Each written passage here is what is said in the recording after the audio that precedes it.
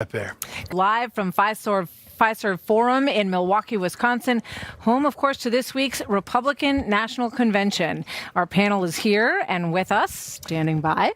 Back in Washington, the president is expected to call for unity in the wake of yesterday's attempted assassination of former President Donald Trump. President Biden has spoken with his prospective November election opponent and says that they had a short and good conversation. The former president landing here in Milwaukee a short time ago. Let's check in with senior White House correspondent Peter Doocy, live from the North Lawn with the latest. Good evening, Peter. Good evening, Brett. President Biden's third ever Oval Office address is a key test of his pledge to restore the soul of the nation, and it's a big moment for a president who says another act of political violence, the deadly race riots in Charlottesville, inspired his last campaign, the one that landed him here. We do expect this to be non-political, more about civility and unity. He is skipping events tomorrow, but they did tell us he will resume the campaign in Las Vegas on Tuesday. Peter Doocy, live from the North Lawn. Peter, thank you. It is rare to get Oval Office addresses these days. This one matches this moment. Well, the president said last night that he wanted to bring unity to the office, and tonight's speech looks to be about that. Here is President Biden from the Oval Office. Fellow Americans. My fellow Americans, I want to speak to you tonight about the need for us to lower the temperature in our politics. And to remember, while we may disagree, we are not enemies. We're neighbors, we're friends, co-workers, citizens, and most importantly, we're fellow Americans. We must stand together. Yesterday's shooting at Donald Trump's rally in Pennsylvania calls on all of us to take a step back. Take stock of where we are, how we go forward from here.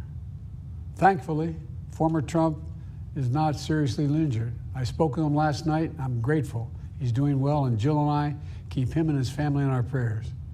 We also extend our deepest condolences to the family of the victims who was killed. Corey was a husband, a father, a volunteer firefighter, a hero, sheltering his family from those bullets. We should all hold his family and all those injured in our prayers. Earlier today, I spoke about an ongoing investigation. We do not know the motive of the shooter yet. We don't know his opinions or affiliations. We don't know whether he had help or support or if he communicated with anyone else. Law enforcement professionals, as I speak, are investigating those questions. Tonight, I want to speak to what we do know. A former president was shot, an American citizen killed, while simply exercising his freedom to support the candidate of his choosing. We cannot, we must not go down this road in America. We've traveled it before throughout our history. Violence has never been the answer. Whether it's with members of Congress of both parties being targeted and shot, or a violent mob attacking the Capitol on January 6th, or a brutal attack on the spouse of former Speaker of the House, Nancy Pelosi, or information and intimidation on election officials, or the kidnapping plot against the sitting governor, or an attempted assassination on Donald Trump. There is no place in America for this kind of violence, or for any violence ever. Period. No exceptions. We can't allow this violence to be normalized. You know, the political record in this country has gotten very heated. It's time to cool it down. We all have a responsibility to do that. Yes, we have deeply felt strong disagreements. The stakes in this election are enormously high. I've said it many times that the choice in this election we make in this election is going to shape the future of America and the world for decades to come. I believe that with all my soul. I know that millions of my fellow Americans believe it as well. And some have a different view as to the direction our country should take. Disagreement is inevitable in American democracy. It's part of human nature. But politics must never be a literal battlefield, or God forbid, a killing field. I believe politics ought to be an arena for peaceful debate, to pursue justice, to make decisions guided by the Declaration of Independence and our Constitution. We stand for an America, not of extremism and fury, but of decency and grace. All of us now face a time of testing as the election approaches. And the higher the stakes, the more fervent the passions become. This places an added burden on each of us to ensure that no matter how strong our convictions, we must never descend into violence. The Republican convention will start tomorrow. I have no doubt they'll criticize my record and offer their own vision for this country. I'll be traveling this week making the case for our record and the vision, my vision of the country, our vision.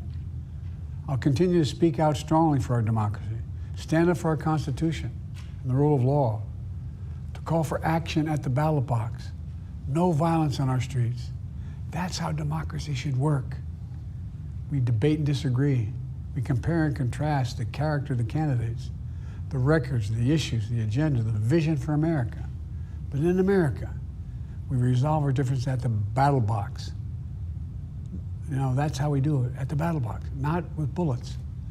The power to change America should always rest in the hands of the people, not in the hands of a would-be assassin. You know, the path forward through competing visions of the campaign should always be resolved peacefully, not through acts of violence. You know, we're blessed to live in the greatest country on earth, and I believe that with every soul, every power of my being. So tonight, I'm asking every American to recommit, to think about it. What's made America so special? Here in America, everyone must be treated with dignity and respect, and hate must have no safe harbor. Here in America, we need to get out of our silos, where we only listen to those with whom we agree, where misinformation is rampant, where foreign actors fan the flames of our division to shape the outcomes consistent with their interests, not ours. Let's remember, here in America, while unity is the most elusive of goals right now, nothing is more important for us now than standing together. We can do this. You know, from the beginning, our founders understood the power of passion, and so they created democracy that gave reason and balance a chance to prevail over brute force. That's the American we must be. An American democracy where arguments are made in good faith. An American democracy where the rule of law is respected. An American democracy where decency, dignity, fair play aren't just quaint notions, but living, breathing realities. We owe that to those who come before us, to those who gave their lives for this country. We owe that to ourselves. We owe it to our children and our grandchildren. Look, let's never lose sight of who we are. Let's remember we are the United States of America.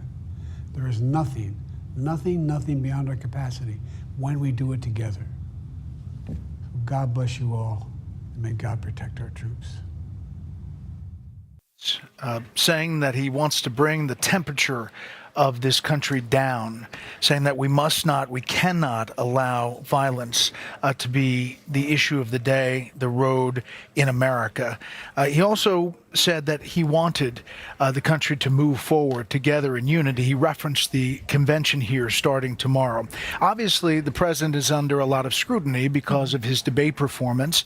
And so when a couple of times he had some slip-ups, calling former Trump, calling we resolve our differences at the ballot box, the battle box, that obviously gets picked up. But the message of unity is one he wanted to get through. Yeah, a few slips on the teleprompter from the president in one of these big Oval Office moments. This is the third time he has used this pulpit for this opportunity. Now he's sort of shifting to talking about the importance of democracy rather than that Trump is the embodiment of an attack on democracy, which has been a huge thrust of the Biden campaign so far. So you feel that sort of shuttle. I can't talk either. There you go. That subtle shift that we're seeing in the presentation. Let's bring in our panel. Dana Perino is co-anchor of America's Newsroom, co-host of The Five. Harold Ford Jr., former Tennessee congressman, co-host of The Five.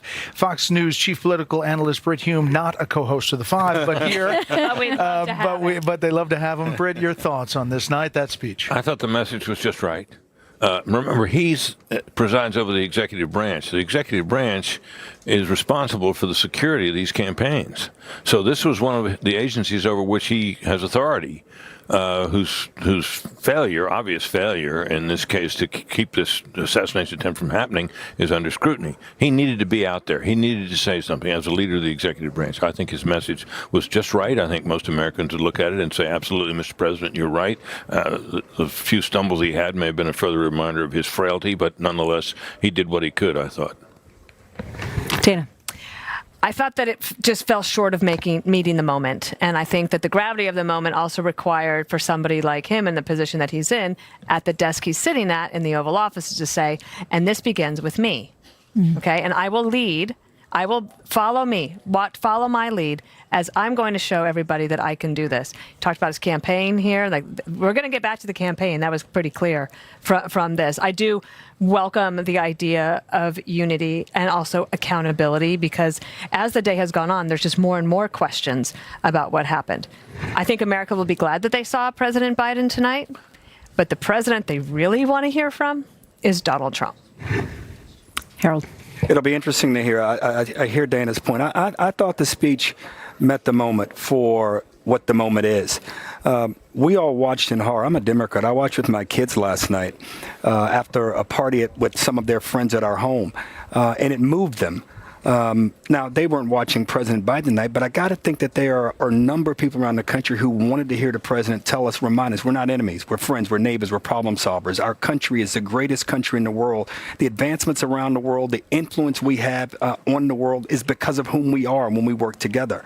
I do think it's important to hear from President Trump, and we will in the next few days. His tone will be equally important. I've read his words. I read his wife's beautiful words today, and I can only imagine the president is going to live up to that example.